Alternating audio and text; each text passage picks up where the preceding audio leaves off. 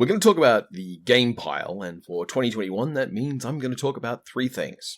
First, I'm going to talk about 10 game pile articles I liked the most this year. Second, I'm going to list 10 games that didn't get into the game pile that I played the most this year. And then third, I'm going to list the 10 videos I'm happiest with this year and why.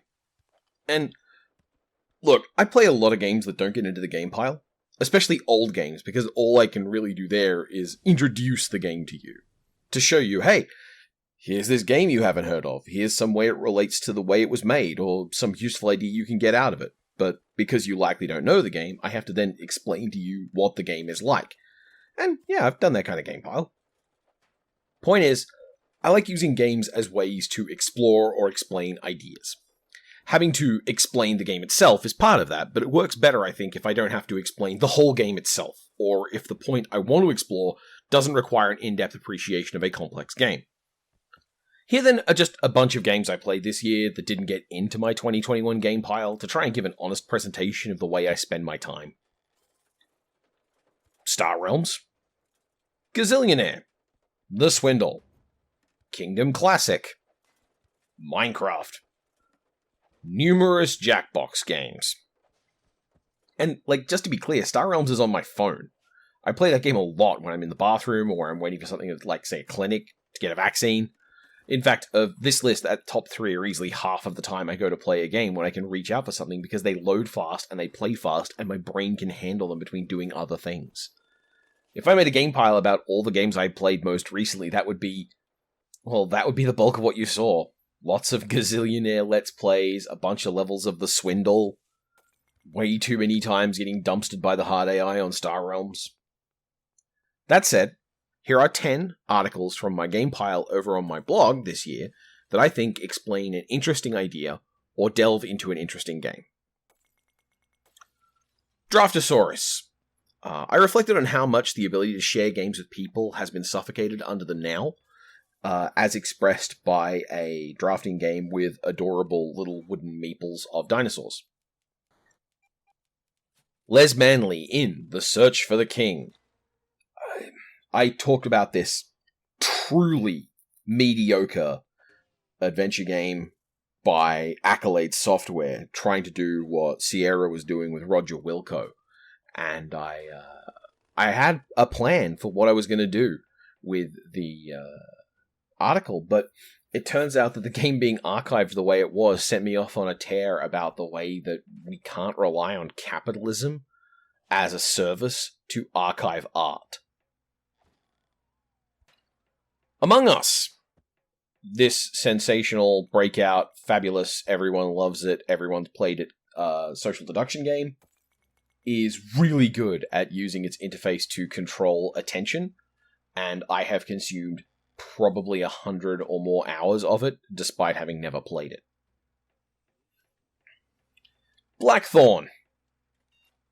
Undeniably, one of the game news events of this year has been the ongoing lawsuit against Activision Blizzard King, which is full of sad reflection from nerds like me who realized how uncritical and surprised we were by Blizzard being a part of this. Just the idea that Blizzard was bad was something we were already grappling with. And this article on an old Blizzard game got me thinking about how we sometimes use art to shield artists. That when we say, separate the art from the artist, we're often quietly saying, and therefore we don't need to think much about the artist. Final Fantasy VI. I talked about the in-depth experience of this classic game beyond just hitting all of the normal high notes of this game is a classic game. Gene Wars, a game I wasn't expecting to become relevant, where I talked about how the idea of Pete Molyneux as this creative genius doesn't actually reflect anything he's done, and that we have created an image of Pete Molyneux as something he never is. Because he was also responsible for this extremely disappointing, extremely mediocre game, because he threw a tantrum while he was making it. Syndicate Wars. I reflected in this on both the way that Cyberpunk has become extremely dated, and how the Syndicate franchise itself has become more cyberpunk over time. Kyrandia 3, Malcolm's Revenge. I use this game to talk about the way that a game can use its own content to obscure that content. That in a fairly linear narrative adventure, multiple paths to a same goal wind up serving to make any of those paths harder to follow, which is an interesting trick. Root, where I talk about the distinction between material and digital versions of board games. I really love Root. I don't think I ever want to own a physical copy of Root. And Wingspan, where I talk about how much a single big experience can outdo a lot of small, subtle ones.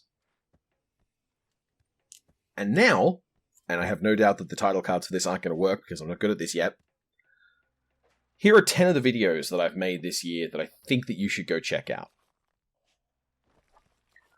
Talon Plays Traveller. I am really fond of this video about Traveller.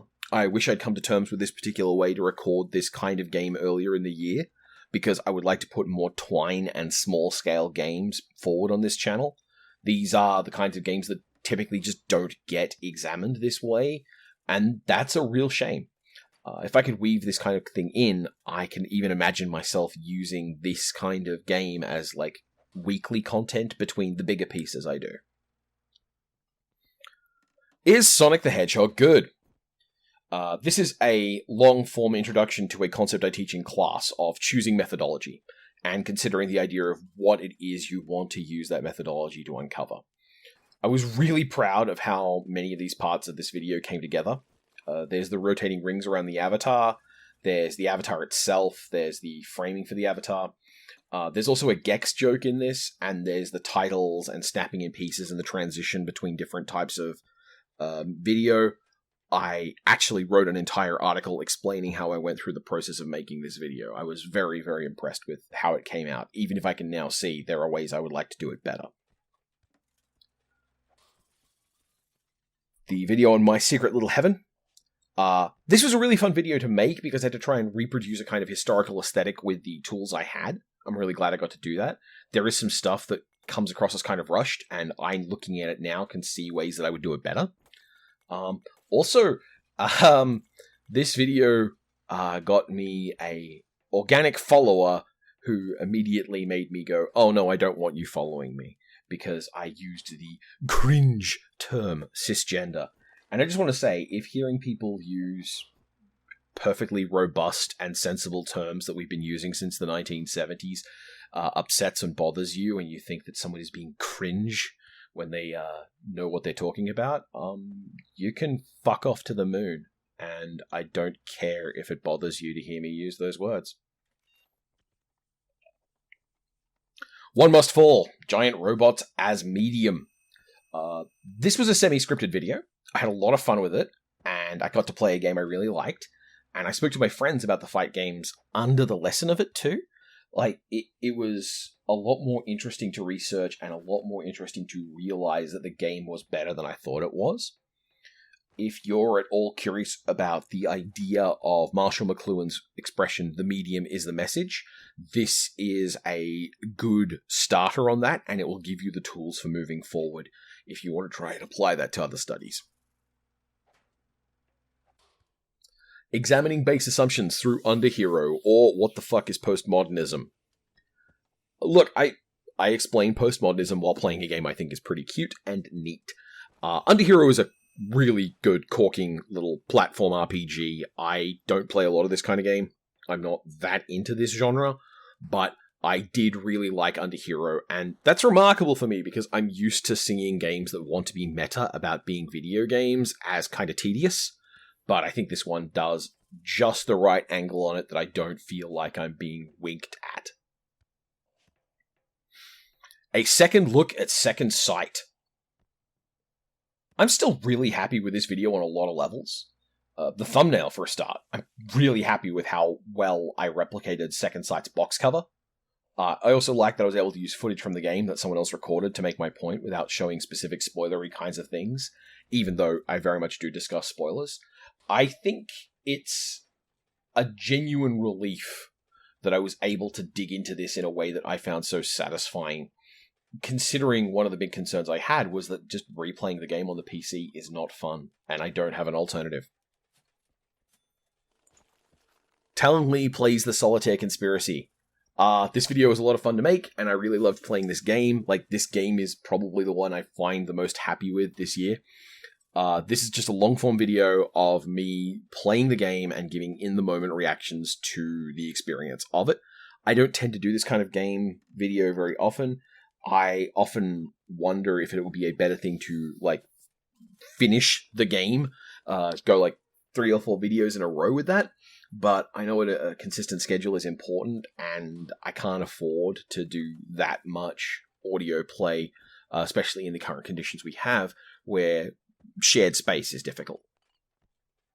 Speaking of the conditions of the now, Dying at Distance, Grief in 2021 and a Matician's Tale. I'd always been planning to cover the Matician's Tale in Dread Month, but it turns out that real life and a pandemic made that coverage a little more dark than I'd been expecting. Mortician's Tale is a lovely, interesting, intricate little game, but I wanted to use it as a way to launch off what it means to practice feelings in games.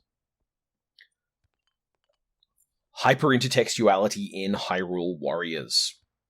This is something I'd meant to do for a while, revisiting an old text article in video form.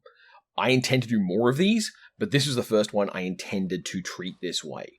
The result is this piece where I get to explain Gerard Genet's idea of paratext as it explores outward into the idea of the modern nerd sickness of the hyper-intertextual. It's the every Pixar movie shares a continuity and that changes the meaning of all of these movies kind of bullshit. And probably my favorite video I've made this year is Buck Rogers in Gamer Great Man History. I found a good game to cover as the base for me to talk about the weird history of Dungeons & Dragons as the work of Gary Gygax. I got to talk about Buck Rogers, about investment strategies, about latch hook rugs, and I will never not bring up the latch hook rugs, and I even got to make a Frietten joke. I've made a video every fortnight of 2021 with a couple of weird scheduling exceptions that were all caught up in October, where I did one a week.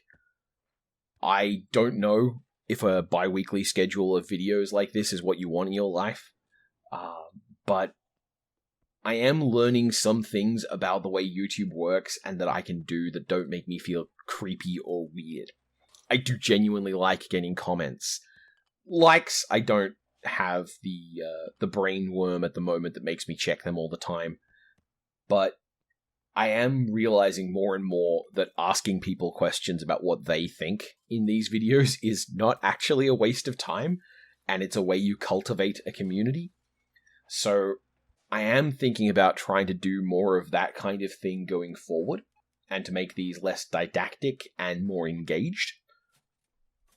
As I record this, I am at 419 subscribers, which is one away from when a friend suggested that I should do a Q&A video explaining myself. But that's 63 more people in all of 2021. And the thing is, I think about this when I see channels that started in like April of this year that have 90,000 subscribers because they're attached to something that's algorithmically workable. And I think that means that I effectively, through semi-organic reach, through people who already were paying attention to me sharing with their friends, I've now made 63 more people at least sometimes pay attention to me and deem what I'm doing interesting enough that they want to keep paying attention to it.